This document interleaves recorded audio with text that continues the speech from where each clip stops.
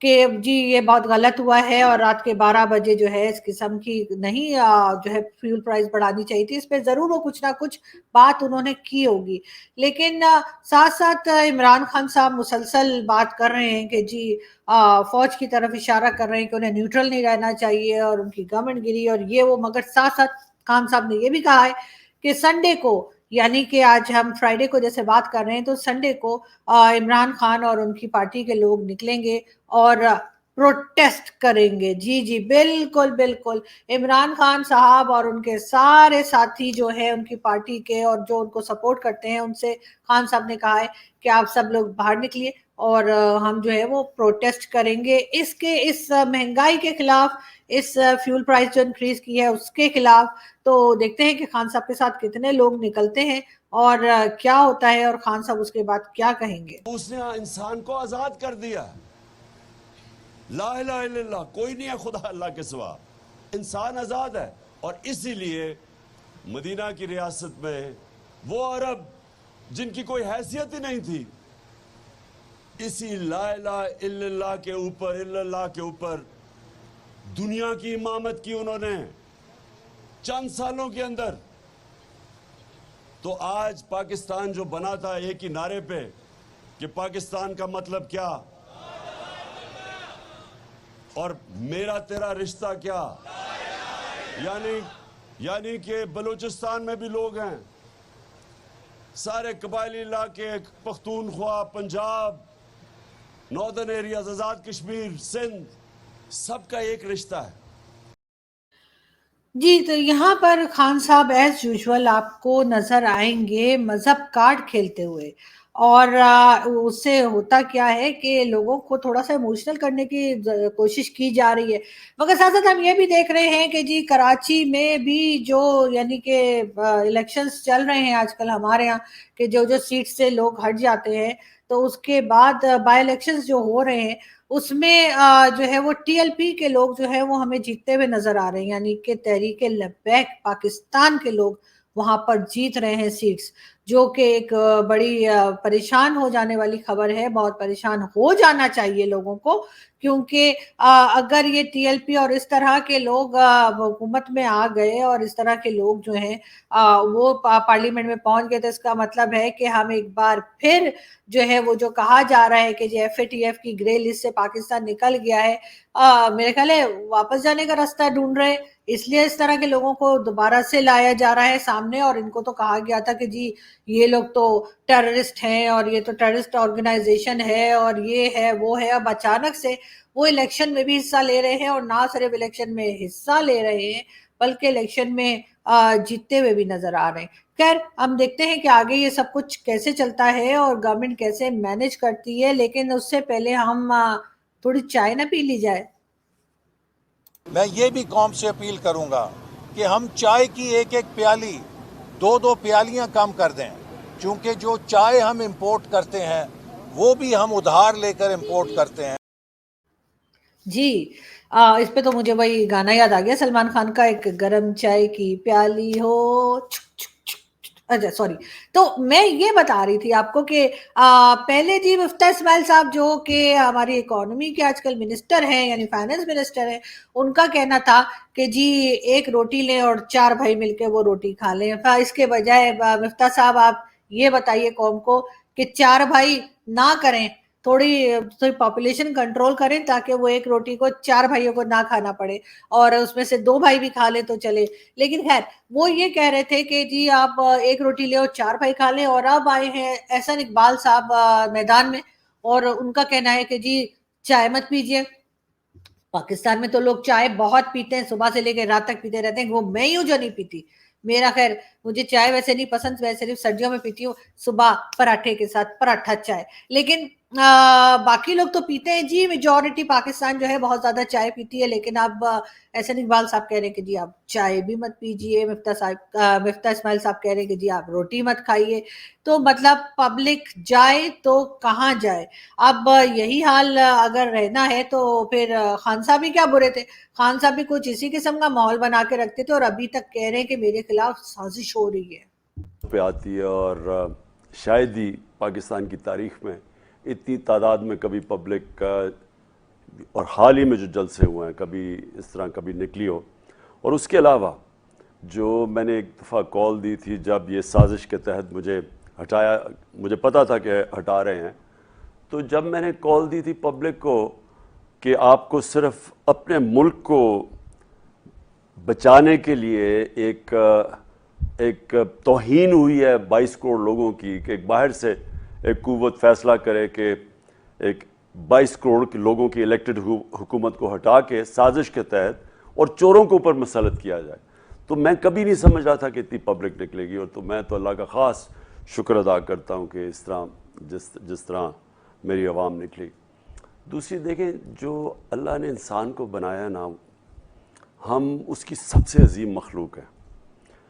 ہاں, اس نے فرشتوں کو بھی انسان کے سامنے کہا جھکو, لیکن ہم مخلوق اس کی عظیم تب بنتے ہیں جب ہم جو اللہ کی جو احکامات ہیں, جو اس کے حکم ہیں, اس پہ چلیں. تو اللہ نے کبھی بھی ہمیں زندگی میں آسان راستہ نہیں بتایا. اس نے, جب آپ نماز پڑھتے ہیں تو آپ کیا مانگتی ہیں نماز میں, کہ اللہ ان کے راستے پہ لگا جن کو تو نے نعمتیں بخشی, ان کے نہیں جو اس راستے پہ چلا گئے جس پہ ان کی تباہی ہے. اب جو سیدھا راستہ, جو نعمتوں والا راستہ ہے, وہ پیغمبروں کا راستہ ہے, اور ہمارے لیے خاص طور پہ کیونکہ ہمارے نبی محمد صلی اللہ علیہ وسلم کا راستہ ہے. تو وہ راستہ جی یہ عمران خان صاحب تھے, اور یہ بتا رہے تھے کہ دوبارہ سے ایک بار پھر خان صاحب مذہب کاٹ کھیلنے کی کوشش کر رہے تھے, اور بار بار بتا رہے تھے کہ سیدھا راستہ کون سا ہے اور الٹا راستہ کون سا ہے. لیکن ساتھ ساتھ خان صاحب یہ بھی کہہ رہے تھے کہ جی جتنے بھی میں نے ابھی پولیٹیکل ریلیز کی ہیں, جلسے جلوس کیے ہیں, اس میں بے تحاشا لوگ آئے ہیں, پورے پاکستان سے لوگ باہر نکل کر آ گئے. اور یقیناً خان صاحب ٹھیک ہی کہہ رہے ہوں گے, لیکن میں آپ کو ایک کلپ چھوٹا سا دکھانے کی اجازت چاہوں گی, پھر بات کرتی ہوں. سر, دل کی تاجرائیوں سے خوش آمدید کہتا ہوں. اس کے بعد میں اس ہال میں موجود اپنے مہمان جناب حفیظ اللہ یعقوب صاحب سے گزارش کرتا ہوں جو ہمارے ڈسٹرکٹ بار کے پریزیڈنٹ ہیں کہ اسٹیج سے تشریف لائیں. میں جناب بلال محمد صاحب سے گزارش کرتا ہوں جو ہماری ڈسٹرکٹ بار کے جنرل سیکرٹری ہیں, وہ اسٹیج سے تشریف لائیں. میں جناب علیم عباسی صاحب جو ہماری اسلام آباد بار کاؤنسل کے ممبر مسجد عامہ کے ممبر ہیں, ان سے گزارش کرتا ہوں کہ وہ اسٹیج سے تشریف لائیں. جی یہ بھی عمران خان صاحب کی ایک پولیٹیکل ریلی ہو رہی تھی, اور آپ دیکھ ہی سکتے ہیں کہ کس طرح سے چیئرز بھری ہوئی تھیں اور کتنے لوگ وہاں موجود تھے. تو خان صاحب تھوڑا سا دیکھ ہی لیا کریں آپ اسٹیٹمنٹ دینے سے پہلے. مگر ساتھ ساتھ خیر یہ باتیں تو خان صاحب کرتے ہی رہتے ہیں, کون سی ہم نے آپ کو کوئی نئی خبر سنا دی ہے. مگر پھر بھی دیکھتے ہیں کہ اس سنڈے کو خان صاحب کے ساتھ کتنے لوگ نکلتے ہیں اور کتنے نہیں نکلتے. بالکل جی, ایف اے ٹی ایف کی بھی یہی خبر ہے کہ پاکستان گرے لسٹ سے نکل آیا ہے, اور بڑی اچھی بات ہے, ایسا ہونا چاہیے تھا. لیکن ساتھ ساتھ پاکستان کے اوپر مزید رسپانسبلٹی آ گئی ہے کہ اب جس بات کے الزامات لگے تھے, جس کی وجہ سے ہم اندر ہوئے تھے, تو اس بات سے جو ہے پاکستان احتیاط کرے, اور فارن فنڈنگ اور اس قسم کی جو ٹیرر فنڈنگ اور پتہ نہیں کون سی فنڈنگ, چل پیسہ ہمارے پاس ہے نہیں.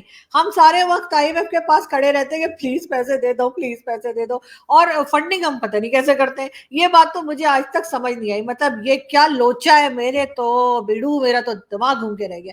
لیکن یہ ہے کہ یہ بات پاکستان کو بہت کہی جاتی ہے کہ جی پاکستان جو ہے نا فارن فنڈنگ میں بھی انوالو ہے, پاکستان جو ہے اس کو کہا جاتا ہے کہ جی یہ ٹیرر فنڈنگ بھی کر رہے ہیں. لیکن آئی ایم ایف کے پاس ہم کھڑے ہیں, ہمارے پاس کھانے کو روٹی نہیں ہے, ہمارے پاس پیسہ نہیں ہے, ہمارے پاس ڈالر نہیں ہے, لیکن پتہ نہیں یہ فنڈنگ ہم کیسے کرتے ہیں. ابھی ہمارے انڈین دوست بھی شروع ہو جائیں گے, جی کشمیر میں بھی فنڈنگ ہو رہی ہے, ہم وہاں پہ ڈرون کے ذریعے پتہ نہیں کیا کیا بھیج رہے ہیں. ارے یار مجھے کوئی طریقہ تو بتاؤ کہ بھیج کیسے رہے ہیں ہم, ہمارے پاس تو پیسہ ہی نہیں ہے. ہم تو آئی ایم ایف کے سامنے ہاتھ جوڑ کے کھڑے ہیں کہ پلیز پلیز پلیز کچھ پیسہ دے دو, تاکہ ہمارے پاس جو ہے اپنے لوگوں کو سیلری دینے کے پیسے ہوں, اپنے لوگوں کے لیے ہمارے کھانا لینے کا پیسہ ہو.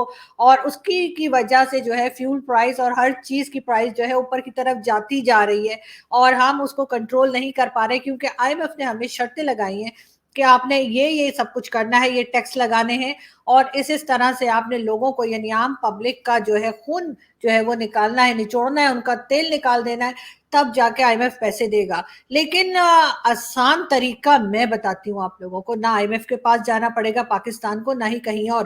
یہ جو ہماری آرمی ہے نا, یہ جو فنڈ لے لے کے آپ ان کو دیتے رہتے ہیں کہ جی ڈیفنس بجٹ کے نام پہ, کبھی کسی نام پہ, کبھی کچھ, کبھی ان کے بڑے بڑے جو ہیں وہ ولاز نکل آتے ہیں, کبھی دبئی میں, کبھی شارجہ میں, کبھی کینیڈا میں, کبھی امریکہ میں, کبھی یورپ میں, اور کبھی آئرلینڈ, کبھی پیزا فرینچائز, اور کبھی کیا کبھی کیا.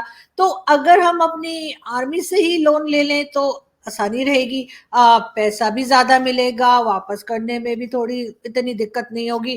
تو سوچئے تھوڑا سا جگاڑ لگائیے اور ان لوگوں سے کہیے کہ جو اتنا سارا پیسہ آپ لوگ کھا گئے, پی گئے, نگل گئے, اس میں سے کچھ پیسہ پاکستان کو واپس کر دیجئے, تاکہ ہمیں آئی ایم ایف کے پاس نہ جانا پڑے یا ورلڈ بینک کے آگے ہاتھ نہ جوڑنا پڑے, اور ہمارے پاس کچھ پیسہ آ جائے. جیسے کہ ہمارا ہر آرمی چیف جو ہے وہ ریٹائر ہونے کے بعد ہی جو ہے وہ فوراً ہی ملک چھوڑ کے اور 9-2-11 ہو جاتے ہیں, چاہے وہ مشرف ہوں, چاہے وہ اشفاق پرویز کیانی ہو, یا جس کا بھی نام لیجئے, ہر کوئی جو ہے وہ باہر چلا گیا ہے. اور مجھے تو لگتا ہے باجوہ صاحب کا بیگ بھی تیار ہوگا. تو چلتی ہوں جی, مطلب اگلی خبر پہ چلتی ہوں. آپ لوگ تو بس مجھے ادھر ادھر کی باتوں میں لگا دیتے فضول کی, میں نے کچھ بھی نہیں کہا. اچھا اپنی آرمی کو خیر, میں یہ بتا رہی تھی کہ باجوہ صاحب سے یاد آیا مجھے کہ باجوہ صاحب کا کہنا ہے کہ جی کشمیر کے مسئلے کو حل کرنے کا وقت آ گیا ہے.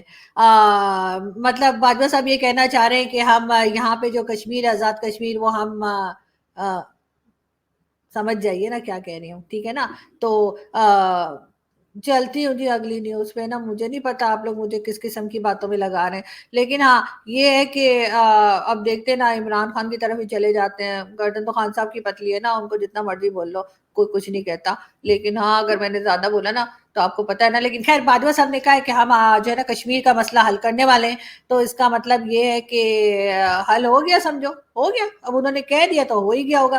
لیکن ہاں یہ ضرور ہے کہ اب ہم دوبارہ سنتے ہیں کہ خان صاحب اور کیا کہہ رہے ہیں. میں آج آپ سے جو بات چیت کرنا چاہتا ہوں وہ جو مزید تیل کی اور ڈیزل کی قیمتیں جو مہنگی ہوئی ہیں, جو پٹرول کی قیمتیں, اس کے اوپر بات کرنا چاہتا ہوں, اور پھر اپنا لائے عمل دینا چاہتا ہوں کہ ہمیں بحیثیت قوم ہمیں کیا کرنا چاہیے. اس میں کیا چپ کر کے برداشت کرنا چاہیے یا اپنی آواز اٹھانی چاہیے اس کے خلاف.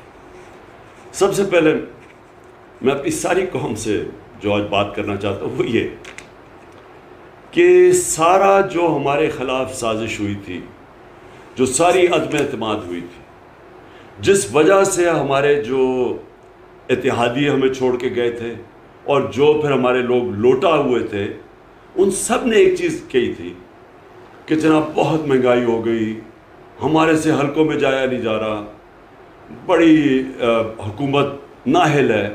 یہ ساری چیزیں انہوں نے جب عدم اعتماد کی سازش میں یہ سب شامل ہوئے تھے تو سب نے ایک ہی بات کی تھی جنہوں نے ہمیں چھوڑا تھا.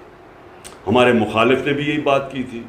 آپ ان کی سٹیٹمنٹس پڑھ لیں, یہ سارے ان کے پی ایم ایل اور پیپلز پارٹی کے لیڈرز اور فضل الرحمان سب ایک ہی بات کر رہے تھے کہ بہت مہنگائی ہو گئی, ملک تباہ ہو گیا, اس نااہل حکومت کو گرانا چاہیے. یہ ہم نے ساری باتیں سنی. وہ میڈیا کے لوگ جو ان کی ساری پشت پہ کھڑے تھے, ساروں نے ایک ہی بات کی, مہنگائی. تو آج میں اپنی قوم کے سامنے حقائق رکھنا چاہتا ہوں. پہلے تو میں پھر سے اپنی قوم کو بتانا چاہتا ہوں کہ اللہ الحق ہے, سچ کا خدا ہے. اس کا بار بار وعدہ آتا ہے کہ سچ سامنے آئے گا, زیادہ دیر سچ چھپتا نہیں ہے. 3 سال ہم نے یہ ساری چیزیں سنی. جو بھی لوگ اس سازش میں ملوث تھے انہوں نے مہنگائی پکڑ رکھی, کیونکہ عام طور پہ جب بھی حکومتیں جاتی ہیں اس ملک میں, اور یہ 2 دفعہ حکومتیں نکالی گئی 90 کی دہائی میں, پیپلز پارٹی اور نون لیگ ہمیشہ کرپشن پہ گئی ہیں. یہ گورنمنٹ کے اوپر کسی آج تک, اور میں چیلنج کرتا ہوں کہ کوئی بتائے عمران خان نے کرپشن کی.